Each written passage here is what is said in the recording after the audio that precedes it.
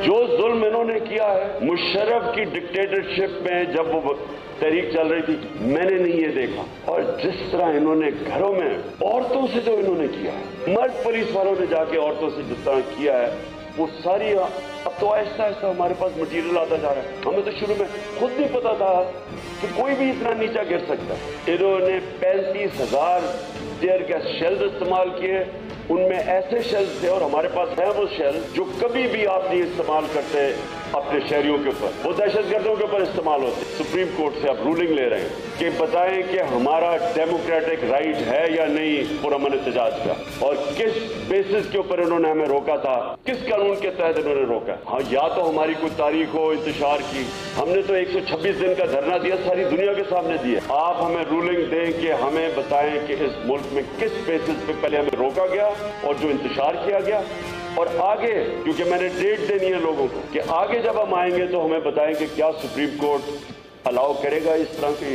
Undemocratic, बल्कि dictatorship पे भी इतना जुल्म नहीं हो।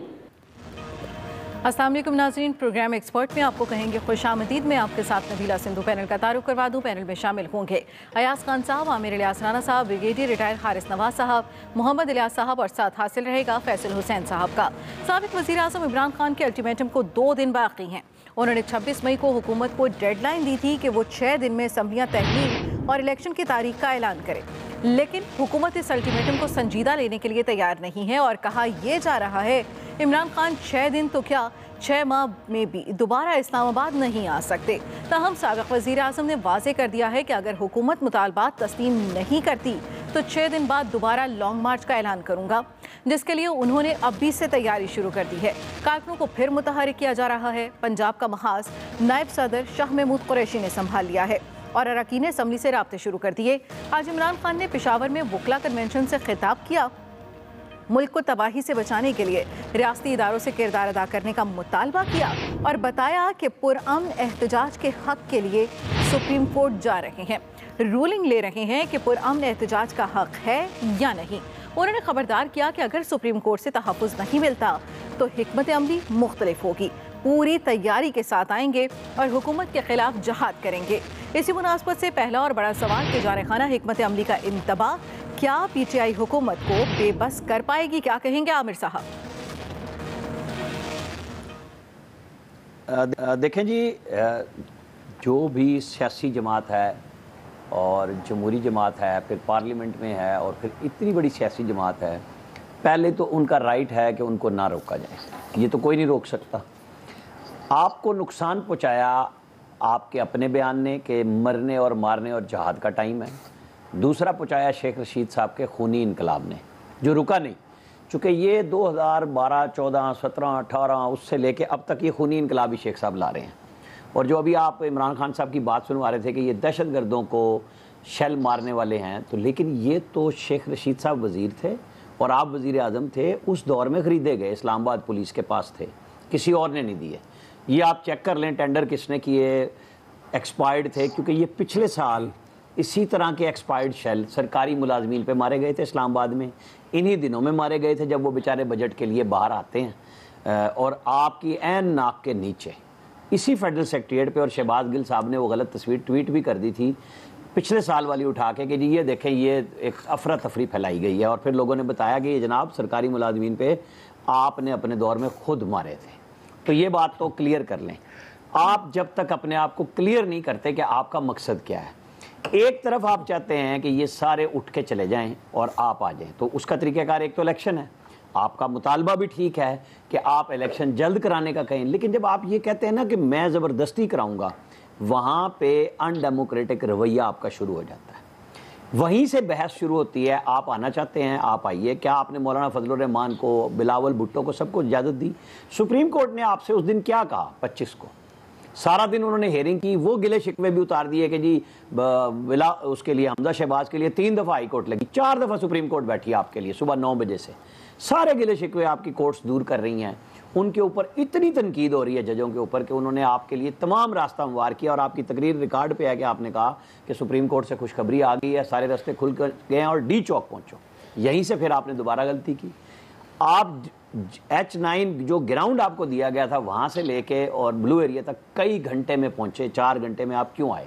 चंद किलोमीटर पे, जब सड़कें भी साफ़ थी, कोई रोकने वाला नहीं था। तो ये वो रवैया है जहाँ पे आप हुकूमत को वो रास्ता देते हैं जिसकी बुनियाद पे आज राना सनाउल्लाह आप सब के लिए बहुत बड़ी अफरियत का नाम बन चुका हुआ है। तो वो तो आप डरें उस बात से, क्योंकि उन्होंने तो तैयारी पूरी की हुई है। वो बिल्कुल उसी तरह आ रहे हैं। आपके ये सारे बयानात, आज चीफ मिनिस्टर ने जो बयान दिया कि मैं लेके जाऊंगा अपनी फोर्स, यानी आप फिर वो रास्ता दे रहे हैं हुकूमत को, वफाकी हुकूमत को भी, पंजाब गवर्नमेंट को भी, कि आपकी एंट्री बैन कर दी जाए। ये आज आप लिख लें कि जो आपके बयानात हैं यही आपके राह में रुकावट है। सुप्रीम कोर्ट क्या रुकावट दूर करेगी? वो फिर आपसे कहेगी कि मुआहदा करें कि आप ना जाएंगे, क्योंकि उस दिन तो उन्होंने निपटा दी तौहीन अदालत की कि चीफ जस्टिस ऑफ पाकिस्तान ने सारा रास्ता आपको खुद दिया। उन्होंने ये भी जवाब दिया कि नहीं, दरख्त इसलिए जलाए गए कि इस वजह से कि आंसू गैस के शेल थे। इन्हीं दरख्तों पे इस्लामाबाद में 1.5 साल सुप्रीम कोर्ट ने एक सड़क नहीं बनने दी कि 5 दरख्त क्यों काट दिए गए थे। ये सारी चीज़ें सुप्रीम कोर्ट के ऊपर आ रही हैं। अब उन्होंने आपके लिए सारे रास्ते दिए, तो खुदारा आप कभी फ़ौज को न्यूट्रल जानवर कभी कुछ कहते हैं, कभी इदारे का लफ्ज़ यूज़ करते हैं, और आज आप बराह रास्त अदलिया के कांधों पर सवार होना चाह रहे हैं। ना करें। आपको इजाज़त इस्लामाबाद के डिस्ट्रिक्ट मजिस्ट्रेट DC ने दे देनी है, मिल जाएगी, लेकिन आपके मकासद वाज़े होने चाहिए। मेरा नहीं ख्याल सुप्रीम कोर्ट को आप फंसाने के अलावा कुछ और सोच रहे हैं, क्योंकि आपको समझ नहीं आ रही। आपके लोग आपको समझा रहे हैं कि जनाब असम्बली में चलें। आप देख लें, मेंबर इलेक्शन कमीशन सदर मुमलिकत ने तैनात कर दिए। पंजाब के गवर्नर लग गए, वो रात को 9 बजे के करीब ओथ ले लेंगे। कैबिनेट डिवीजन ने नोटिफिकेशन कर दिया। आपने ये सारी चीज़ें खुद रोकी थी, आपके सदर साहब ने अब साइन कर दी हैं। गवर्नर सिंध के भी अब ऑर्डर हो ही जाने हैं। आपकी कोई अंडरस्टैंडिंग है तब भी बता दें। आप कहते हैं नहीं, मैं ना इस्टेब्लिशमेंट से मिला, ना मेरी कोई अंडरस्टैंडिंग है, तो फिर सदर मुमलिकत कैसे अब जारी कर रहे हैं? क्योंकि कल रात तो उन्होंने कैबिनेट डिवीजन ने वैसी नोटिफिकेशन 12 बजे के बाद कर देना था बलीगुर रहमान का, और उनका ओथ परसों के लिए हाई कोर्ट के चीफ जस्टिस के पास चला जाना था। अब तो वो भी राह आपने खुद हमवार कर दी कि कोई ब्रेक नहीं है। तो जनाब, गुस्सा किस चीज़ का है? ये आप लोगों की ज़िंदगी को क्यों अजीरन करना चाहते हैं? फिर आप आएँ डेमोक्रेटिकली, आपका काम है, आप धरने दें, आप सब कुछ करें, लेकिन आप रुकावट आपके बयानात बन रहे हैं। पहले शेख रशीद साहब ने दिया, वो अब ज़रा चुप हैं, तो आज चीफ मिनिस्टर को आप मैदान में ले आए हैं, जो मेरा ख्याल है कि आपने टेक्निकली गलती कर दी है। ठीक है, टेक्निकली ये गलती होगी। ब्रिगेडियर साहब क्या कहेंगे, ये जो सारी सूरत हाल है और जो अब की बार बयानात आ रहे हैं, ये बयानात इतने ज़्यादा प्रेशराइज कर सकेंगे कि जो मुतालबात हैं वो पूरे किए जा सकें? 2-3 बातें हैं। नंबर 1 तो बात यह है कि ये जो PDM की गवर्नमेंट आई है, ये क्यों आई, इनके क्या मकासद थे, जिसका सबसे ज़्यादा एतराज़ है पाकिस्तान की कौम को भी और PTA को भी, कि जिस तरीके से वो भी आके खाली वहाँ ना कोई अपोजिशन है ना कुछ, सिर्फ वो क्या काम कर रहे हैं। एक बताएं कि उन्होंने अवाम की फलाह बहबूद के लिए या उनको खुश करने के लिए कोई काम किया, सवाए अपने केसेस सारे क्लियर कर रहे हैं। FI का केस लटका दिया है, उसके बाद NAB का चेयरमैन वो अपने मर्जी का लगाना चाह रहे हैं। NAB के सारे कवानीन उन्होंने अपनी 1 साइडेड चेंज कर लिए, इलेक्टोरल रिफॉर्म सारे ख़त्म कर दिए। ये काम किए इन्होंने, ये इसलिए आए थे, इनका मकसद पूरा हो गया। अगर आवाम के लिए आए थे तो आज आवाम के लिए कुछ किया होता। Let me talk very frankly, इन्होंने क्या आवाम के लिए किया मुझे बताइए, और क्या कर सकते हैं? कुछ भी नहीं कर सकते, सवाए इंस्टेबिलिटी की है, अनस्टेबल गवर्नमेंट को किया है, और आप पाकिस्तान को मुश्किल से मुश्किल हालत में रोजाना के हिसाब से ये डाल रहे हैं। ये इन्होंने किया। ये कौन सा तरीका है कि अगर एक लॉन्ग मार्च कर रही है हुकूमत, पार्टी कर रही है, जिस तरीके से राना सनाउल्लाह ने बसों को तोड़ा है और सिविलियन लोग थे उसके गुल्लू भट्टाई, जिस तरीके से जासमीन राशिदा साहब के साथ जो जुल्म बर्दियत किया, उनकी गाड़ी तोड़ी, कौन जिम्मेदार है इसका? ये अपने को बहुत बड़ा बदमाश समझता है। क्या चीज़ है ये? मैं जब पाकिस्तानी बात कर रहा हूँ, मैं I swear I don't represent any party. This is no way कि आप इस तरीके से दहशतगर्द लोगों के घरों में घुस जाओ, उसके बाद आप बड़ा शोर हो कि कोई आया नहीं है। शरीफ लोग कैसे निकलेगा घर के अंदर से? आपको I think you need to know कि you are in government and government has to give lot of protection and safety to the people of Pakistan. आप अपने अवाम को मारते नहीं हैं ऐसे। ये शेल वो हैं काले रंग के, जो आप अगर कोई अबडक्शन होती है, हॉस्टेज कर लेते हैं घरों के अंदर, तो वहाँ फेंका जाता है लोगों उनको बेहोश करने के लिए। ये वो शेल इसने इस्तेमाल की। ये बहुत शेखी मारे, ये हुकूमत ये नहीं करना चाहिए थे। It is absolutely unwarranted and unacceptable. ये ऑनेस्टली मैं बात कर रहा हूँ, इस तरह नहीं करने की जरूरत है। ये हुकूमत ऐसी है, पाकिस्तान नहीं चल सकता। आपने मजाक समझा हुआ कि उसको आप एक 4 पूरी हुकूमत एक साइड पर हो गई है, उसको वो उसको समझ नहीं आ रही है कि क्या बात करनी है, कैसे बात करनी है, बिकॉज दैट्स ये सफर्ड ऑल्सो, यही वजह है कि उन्होंने सफर किया। लेकिन कम से कम ये चीज़ तो देखिए कि पाकिस्तान को हम कहाँ लेके जा रहे हैं। इस वक्त ये बजट कैसे अनाउंस करेंगे, बजट के बाद उसको कैसे जस्टिफाई करेंगे, व्हाट विल हैपन देन, आपको पैसा कोई दे नहीं रहा। आई थिंक ये चीज़ हमें सोचने की जरूरत है, ये हमें बहुत ही जरूरत है। और भी ये कोशिश कर रहे हैं कि उनके एमएनएस भी कैंसिल करें, उनकी मेन मरकजी जो रेमन है उनकी जगह अपने लोगों को भी लेकर आए, इकट्ठा इत्तेहाद बना के। ऐसे जमहूरियत नहीं चलती है, इट इज नॉट अ जमहूरियत। डोंट फोर्स द अदर अदारों को कि वो फिर आके कहीं ना इंटरफेयर करें और आप लोगों को कुछ कहा जाए। ठीक है, ऐसा सब हम देख रहे हैं कि जो भी बातें की जा रही हैं दोनों तरफ से, अभी तक बयानात में कोई भी लचक नहीं सामने आ रही है, कोई भी तब्दीली नहीं हमें दिख रही है, आवाम की ज़िंदगी में किसी तरह की कोई आसानी नहीं दिख रही है। और अब जो खान साहब बार बार इंतबाह कर रहे हैं, आपको लगता है कि पीटीआई हुकूमत को पीटीआई पाकिस्तान तहरीक इंसाफ बेबस कर पाएगी? देखिए, पहली बात तो ये है कि वो आमिर इनके बयानात का हवाला दे रहे थे, बिल्कुल ऐसे बयानात नहीं देना चाहिए, बिल्कुल ठीक है, नहीं देना गलत है ये। लेकिन 92 में जब पीपल्स पार्टी लॉन्ग मार्च कर रही थी बेनज़ीर भुट्टो की क़यादत में, उस वक्त कोई ऐसा बयान नहीं दिया था पीपल्स पार्टी ने। मुझे याद है सिर्फ एक गाड़ी लाहौर से निकल सकी थी, जहांगीर बदर मरहूम नुसरत भुट्टो को लेके, और वो भी मुरीदके में गिरफ्तार हो गए थे। ये जिस तरह से घरों में सीढ़ियाँ लगा के पुलिस गई है और उसके बाद गाड़ियाँ जिस तरह लोगों की तोड़ी गई हैं, तब ये क्या, मुझे समझ ही नहीं आई कि क्या अप्रोच थी। वही आप रोकें, वो आपने शेलिंग की, वो सारा कुछ किया, लेकिन ये कहाँ से आ गया इसमें कि जी लोगों को ये सज़ा देनी है आम आदमी को। हर बंदे की किसी के साथ पॉलिटिकल पार्टी से कोई एफिलिएशन है, वो उसके लिए लाखों का नुकसान हुआ अवामी अमलाक को भी, अच्छा, इसका भी अज़ाला बड़ी करना दिलचस्प बात है। मुझे उस दिन एक साहब बता रहे थे कि ये जब रावी के पुल पे वो जो बीमार हो गए, अल्लाह ताला उन्हें सेहत दे, शफकत महमूद साहब, क्योंकि उनका तो इरादा नहीं था, वो तो निकले भी वो सारा काम करके, और उसके बाद वो खाना वाना भी उन्होंने बड़े आराम से खाया। उनकी 3 बड़ी गाड़ियां थीं, वो जो बहुत महंगी वाली गाड़ियां होती हैं, उनको किसी ने हाथ नहीं लगाया। वो गाड़ियां एज इट इज़, उनको किसी ने कोई पत्थर तक नहीं मारा। और पीछे जितने लोग थे जो ज़ाहिर पीटीआई के उस में शरीक थे एहतजाज में, सबकी गाड़ियां तोड़ दी, शीशे तोड़ दिए, बर्बाद कर दिए, हर चीज़ बर्बाद कर दी। ये क्या प्लानिंग थी, मुझे सच्ची बात है ये समझ नहीं आ रही। और इतनी ब्रूटैलिटी, मतलब कैसे जस्टिफाई, मैं तो जस्टिफाई नहीं कर सकता।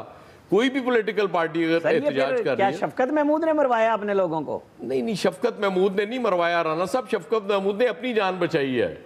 वो जिसने मरवाया आपको भी पता है, मुझे भी पता है। हमारे एक दोस्त के घर, मैं कहा मेरे और आपके मुश्तरका दोस्त के घर कामुकी में शायद खाना खाया है, बस वो एंजॉय किया उन्होंने। जाहिर है उन्होंने अंडरस्टैंडिंग कर ली होगी कि भाई मुझे हाथ ना लगाना, मैं तो कुछ नहीं करने वाला, तुम लोगों को नहीं कहने वाला।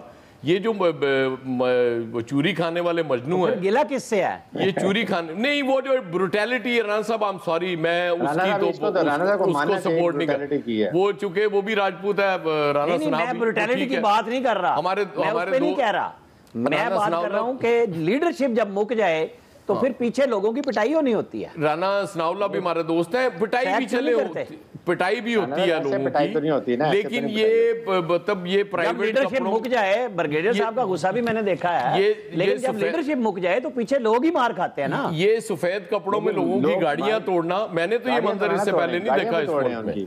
मतलब यार लोगों की आप घरों में घुस रहे हैं लोगों के, सीढ़ियां लगा के। ये किसी भी तौर जस्टिफाई नहीं है आमिर साहब। 21वीं सदी में आप मतलब ये कर रहे हैं यार, मेरी समझ से बाहर है ये आप क्या कर रहे हैं। और अगर आप समझ रहे हैं कि इतनी ब्रूटैलिटी के बाद तो फिर पीटीआई इनके हिसाब से तो खत्म हो चुकी होगी। इनका तो इनको तो तवक्को ही नहीं थी कि इतना भी करेंगे, क्योंकि बात एक ही होती थी कि ये सोशल मीडिया पार्टी है, बर्गर फैमिलीज है इनकी, ये कहाँ मार खा सकते हैं। लेकिन एक बात पीटीआई को अलबत्ता क्रेडिट देना चाहिए इस मखलूत हुकूमत को, और ख़ास तौर पर राना सनाउल्लाह को, कि उन्होंने पीटीआई को एक पॉलिटिकल पार्टी बना दिया है। क्योंकि पार्टी के कारकुन जब तक मार नहीं खाते ना, उन्हें समझ नहीं आती कि वाकई हम कोई पॉलिटिकल पार्टी हैं और हमें अपनी पार्टी के लिए कुछ करना भी है। ठीक, पहले दिन कहा था मैंने कि इस सारे मसले का हल सिर्फ एक था, अर्ली इलेक्शंस की तरफ चले जाते तो ये मसाइल ना होते आज जो हमें फेस करने पड़ रहे हैं, और यकीनन ये मसाइल बढ़ेंगे।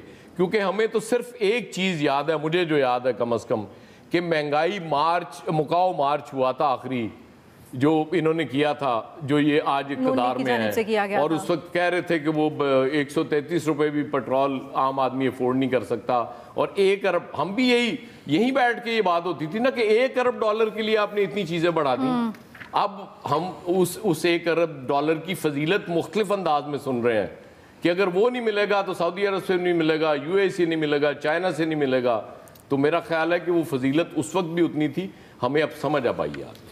ठीक है फैसल साहब, हमने देखा कि इस्लामाबाद की जानिब लॉन्ग मार्च भी हुआ, पीपल्स पार्टी ने किया, महंगाई मुकाओ मार्च नून लीग की जानिब से किया गया, मौलाना फजल रहमान ने भी एक जलसा वहाँ पर किया, इसी तरह से लॉन्ग मार्च भी किया, लेकिन इस तरह की सूरत हाल हमने बिल्कुल नहीं देखी जो पाकिस्तान तहरीक इंसाफ के लॉन्ग मार्च में देखने के लिए मिली। अब भी बयानात उसी तरह के आ रहे हैं, वही कहा जा रहा है, लेकिन खान साहब ये भी कह रहे हैं कि हमारी हिकमत अमली मुख्तलिफ भी हो सकती है। सूरत हाल क्या हो सकती है? क्या पाकिस्तान तहरीक इंसाफ के अंदर इस वक्त भी इतनी विल पावर है कि वो हुकूमत को मजबूर कर सकती है?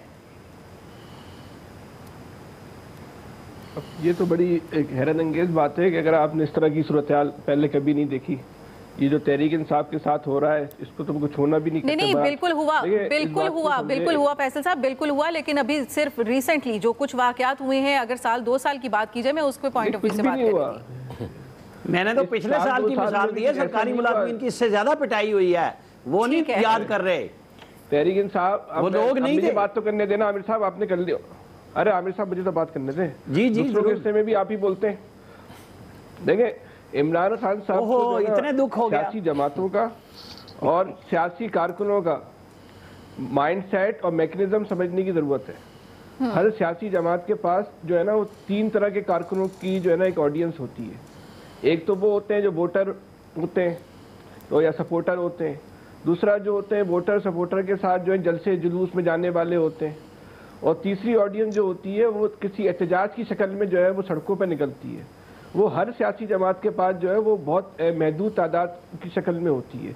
यही हमें तहरीक इंसाफ के इस धरने में नजर आया कि इमरान खान साहब की जो सोशल मीडिया पे फॉलोइंग है और सोशल मीडिया पे जो उनके लोग जो धूम धड़क्का मचाते हैं, तो इमरान खान साहब का भी वही माइंडसेट बन गया था कि उनको वही समझ रहे थे यही धूम धड़क्का उनको जो है वो सड़कों पे नजर आएगा। तो ये कुछ वो उनको नजर नहीं आया, ये नजर आ नहीं सकता था, ये अमली तौर पे या सियासी तौर पे मुमकिन नहीं था। एयर कंडीशन कमरे में बैठ के ट्वीट करना और सामने वाले पे की जातियात पे हमला करना या किसी के हक में मुहिम चलाने में और पुलिस के सामने खड़े होने में एक जमीन आसमान का फर्क होता है। तो वो जो उनकी सोच थी, जब उनको उस सोच के मुताबिक वहाँ सूरत नजर न आई तो वो हमें इमरान खान की को हमें गुस्से की शक्ल में और एक इश्तियाल की शक्ल में इमरान खान साहब जो है वो हमें जो है वो नजर आ रहे हैं। अच्छा, अब वो इश्तियाल और गुस्सा वो किस पे उतार रहे हैं? अब वो जो है वो इदारों से मदद मांग रहे हैं। इमरान खान साहब के ये माइंडसेट का इशू है, उनकी पूरी पॉलिटिक्स जो है वो इदारों के ताउन पे, उनके सहारे पे, उनके कंधों पे चली है। अब वो ताउन और सहारा उस तरह मौजूद नहीं है। अब वो इदारों के लिए भी मजबूरी है, अगर वो करना भी चाहें तो अब वो कर नहीं सकते क्योंकि मुखालफिन की आवाज़ इमरान खान की आवाज़ से कमज़ोर ज़रूर है, लेकिन वो बोलना शुरू हो गया, लोग अब बात कर रहे हैं। अब लोग अदालत के फैसले पर भी बात करते हैं, पहले नहीं करते थे। अब लोग जो है वो रियासती इदारों के फैसलों पर, उनकी पोजीशन पर, उनकी अगर कोई वाबस्तगी नज़र आती है तो लोग बात करते हैं, पहले नहीं करते थे।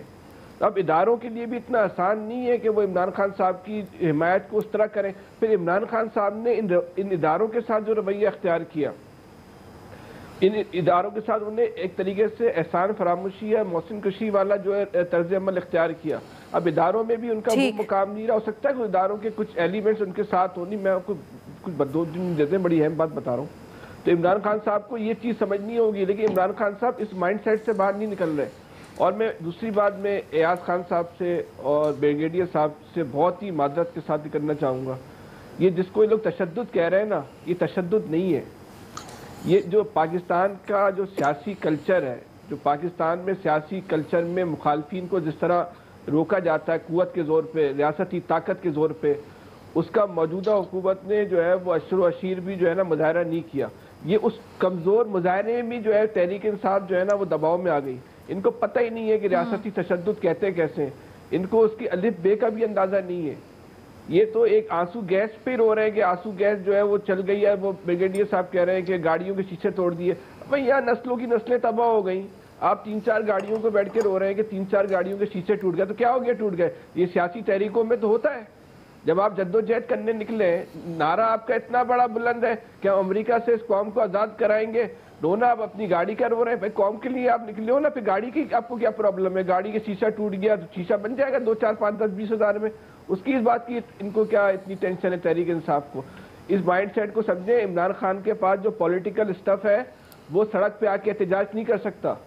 इमरान खान ने अपने कारकुनों की नफ्सियात को नहीं समझा और उसको समझे बगैर अपनी हिकमत अमली बनाई तो ये मुस्तकबिल में मजीद नुकसान उठाएंगे।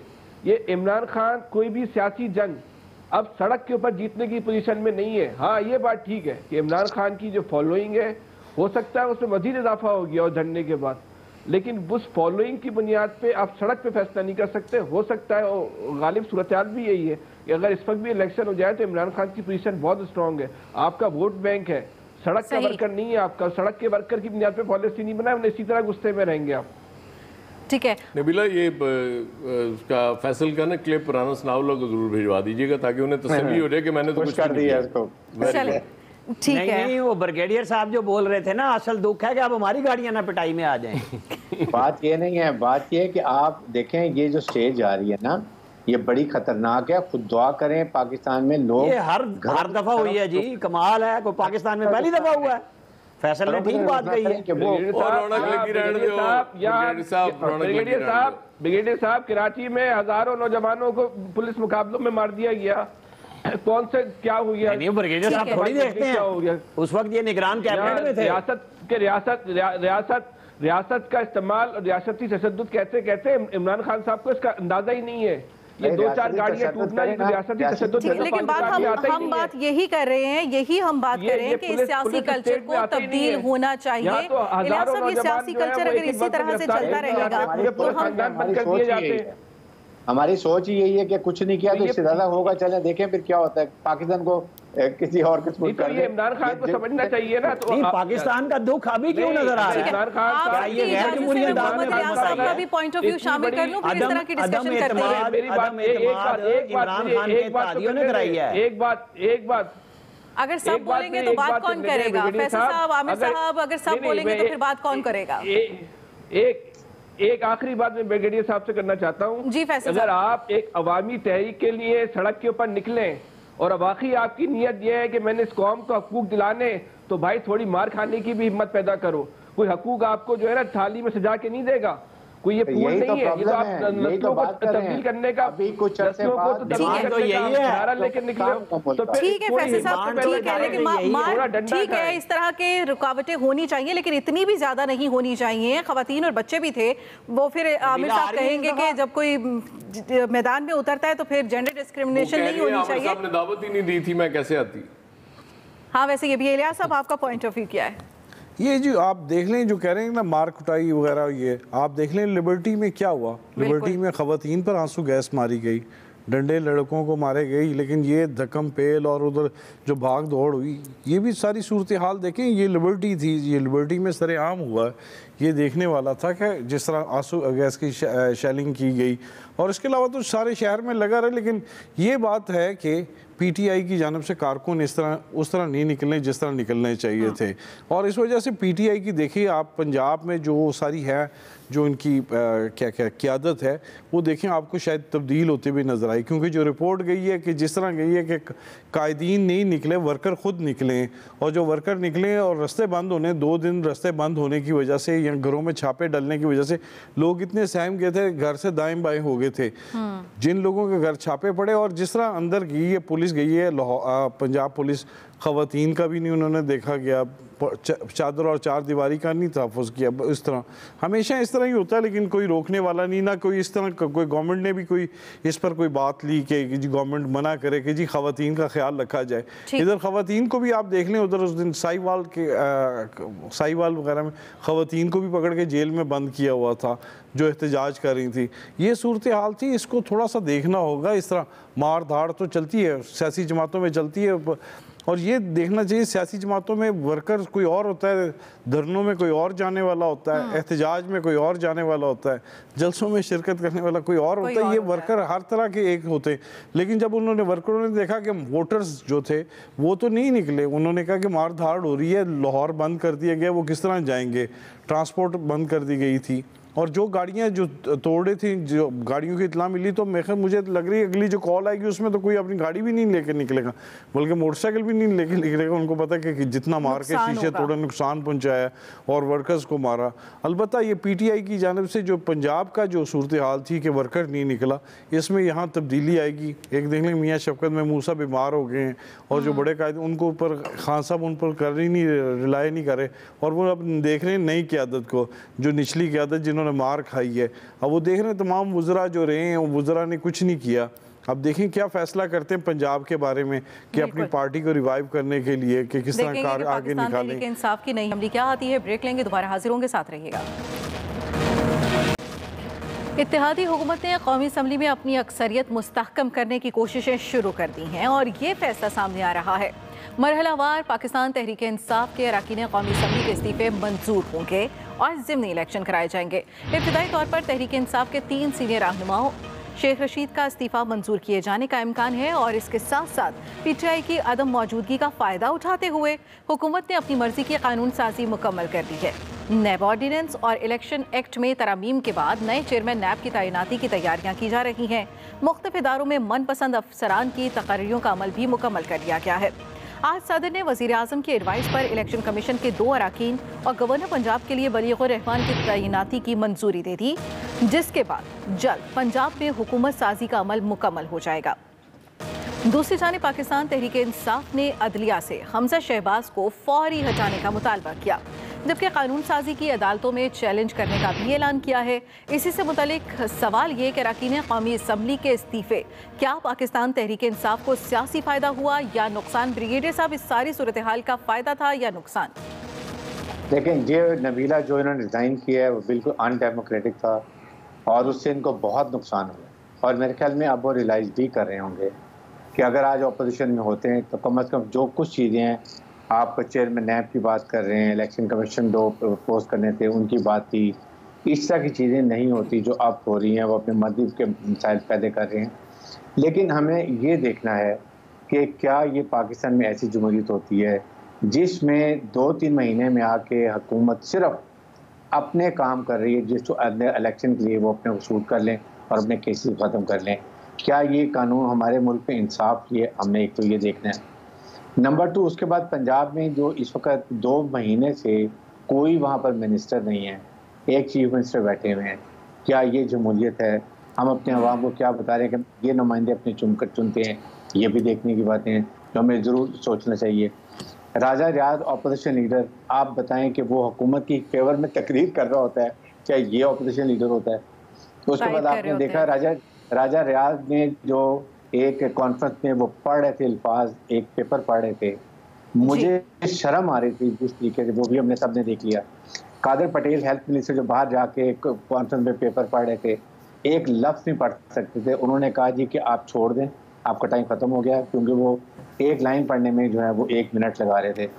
ये हमारी सिलेक्शन ऑफ आर जो हमारे मिनिस्टर है, तो आई थिंक ये देखें तो इस वक्त पीटीआई को डेफिनेटली नुकसान हुआ है, उनको कंसिडर करना चाहिए वापस आने के लिए, लेकिन हुकूमत को देखना चाहिए कि वो आइंदा के लिए क्या प्रेसिडेंट सेट कर रही है। ठीक है, आमिर साहब क्या कहेंगे? अरकान कौमी असम्बली के इस्तीफे मंजूर हो रहे हैं, इतने बड़े पैमाने पर ज़िमनी इलेक्शन कराए जा सकेंगे? मैं ब्रिगेडियर साहब के दुख में बराबर का शरीक हूँ। जाहिर है कि उस दुख का मदावा नहीं हो सकता, क्योंकि ये पीटीआई के टिकट होल्डर थे, उन्हीं के टिकट पे एमएनए बने। मैं कराची के लियारी की बात नहीं कर रहा, मैं फैसलाबाद के राजा रियाज की बात कर रहा हूँ। अब वो क्या है कि अब क्या वो जब चिड़ियाँ चुग गई खेत, जब आप रिज़ाइन कर रहे थे। और दूसरी बात नबीला, आपका भी दुख बता दूँ, शेख रशीद का रिज़ाइन नहीं होगा, उसने ऐलान नहीं किया। जिन्होंने खड़े होकर कहा है ना, वो ऐलान उनके एक्सेप्ट हो सकते हैं, और चीखें भी उन्हीं की आ रही हैं, फवाद चौधरी और शाह महमूद की। जिन्होंने वहाँ ऐलान किया वो 1 मिनट में रिज़ाइन हो जाएगा। शेख रशीद सियाना बच्चा है, वो जब तक खुद नहीं जाएगा उसका रिज़ाइन एक्सेप्ट नहीं होगा। ना उसने ऐवान में कहा और ना वो उस दिन ऐवान में आया, ये भी जहन में रख लें। मौजूदगी भी नहीं है। आगे चलें, आपको किसने कहा था मेंबर इलेक्शन कमीशन 25 जुलाई पिछले साल से सीटें खाली थी, एक वफाकी वजीर अपने दोस्त को, मेरे हम नाम को मुसिर थे, इन्होंने कह दिया था पीपल्स पार्टी का नॉमिनेशन जो पंजाब से नून ने दिया था कि उसे बना लें और पीटीआई का अपना बंदा वहाँ से सिंध बलोचिस्तान केपी से बना लें। उस मिनिस्टर ने प्राइम मिनिस्टर से सारा किया हुआ फैसला वापस कराया, आज वो भुगते हैं। क्यों नहीं की थी तकरूरी जनाब? आपने फैसला किया, हमने नहीं बैठना, उन्होंने अपोजिशन लीडर बना दिया। अब चेयरमैन नैब लगे, कुछ भी लगे, बहरहाल सदर मुमलिकत ने जो आज जख्म पेशावर में बैठे हुए इमरान खान को दिए हैं वो वफाक के ऊपर तो बड़े रोशन है, क्योंकि एक आईनी तौर पर डेमोक्रेटिकली जो काम सदर मुमलिकत को 25 दिन पहले करना था उन्होंने नहीं किया, आज कर दिया।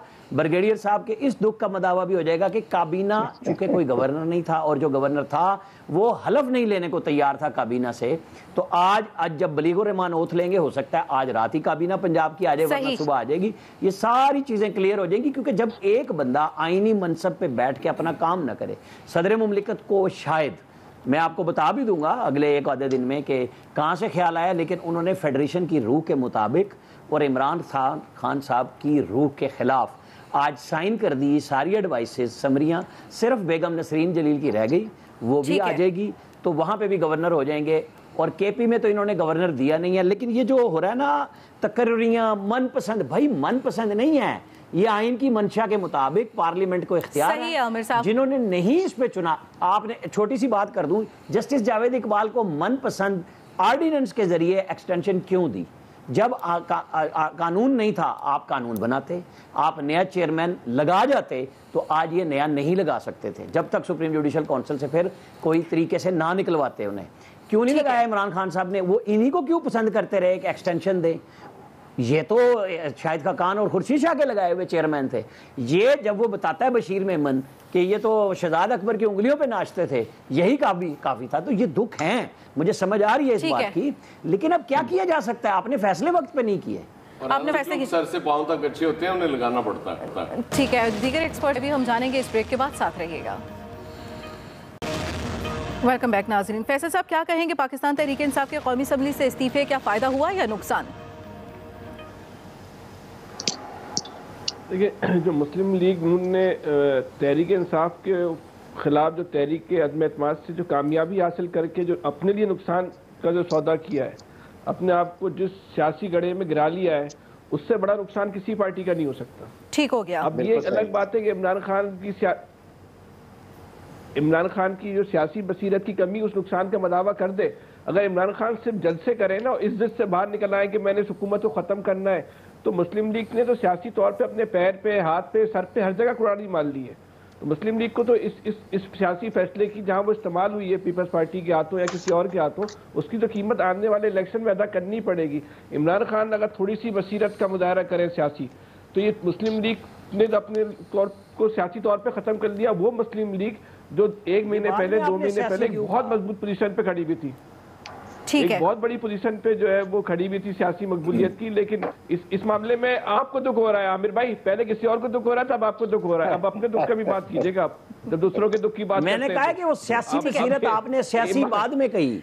ठीक है, वक्त कम है, वक्त का ख्याल रखा जाए। या साहब देखिए, ये नुकसान तो किया पीटीआई ने अपना, वो बात ठीक है। अगर इमरान खान साहब को आराम से अब अपनी पार्टी के मामलात पे तवज्जो देनी चाहिए, इनको इक़्तिदार के दिन पूरे करने देने चाहिए, क्योंकि अभी जख्म ताज़ा है। अभी लोग ये मान लेते हैं कि जी पिछली हुकूमत बर्बाद कर गई है, आज से 4-6 महीने बाद लोग ये बात नहीं मानेंगे, और इतना आसान नहीं है इस मईशत को ठीक करना और मामलात को ठीक करना।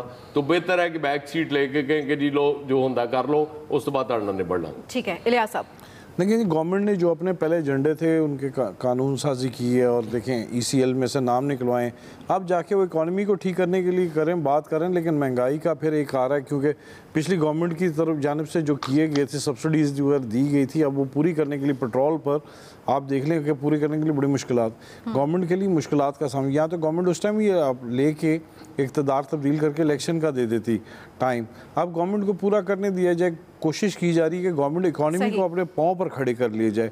अगर ठीक कर लेती तो गवर्नमेंट की बड़ी कामयाबी है इस मौजूदा गवर्नमेंट। ठीक है एक्सपर्ट आप जान चुके, दीजिए इजाज़त, अल्लाह के बाद।